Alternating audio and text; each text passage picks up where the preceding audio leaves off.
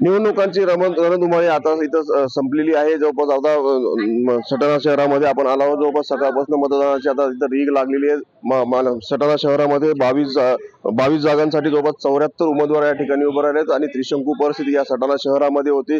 भाजपमधून फूट पडलेल्या रुपाली कोठावदे, योगिता मोरे, भाजपकडून उभे राहिलेल्या योगिता मोरे, तसेच बंडखोरी हर्षदा राहुल पाटील या शिवसेनेकडून उभे होतात. त्रिकोणी परिस्थितीमध्ये मोठ्या प्रमाणावरती यांची या ठिकाणी चुरस झालेली होती. भाजपमधून एक गट बाजूला गेलेला असताना सटाणा शहरामध्ये मोठ्या मतदानाची प्रक्रिया, मोठा मतदानाचा प्रचाराचा तोफा या ठिकाणी सुरू होता. मतदानाचे प्रचाराचे फड या ठिकाणी रंगलेले होते आणि जवळपास 74 मतदार या नगरसेवक या ठिकाणी आपलं नशीब या ठिकाणी आजमावणार आहेत. मोठ्या प्रमाणावरती या ठिकाणी पोलीस बंदोबस्त देखील करण्यात आलेला आहे.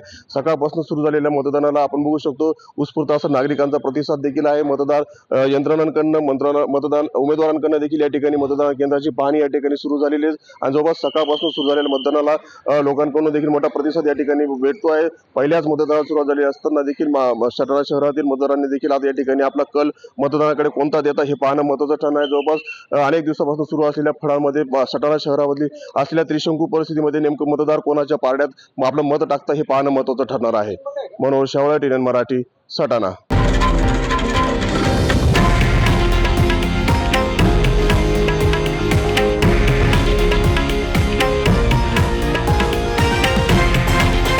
हे आहे देशातील नंबर 1 न्यूज नेटवर्क आणि आपण पाहत आहात TV9 मराठी, एकमेव.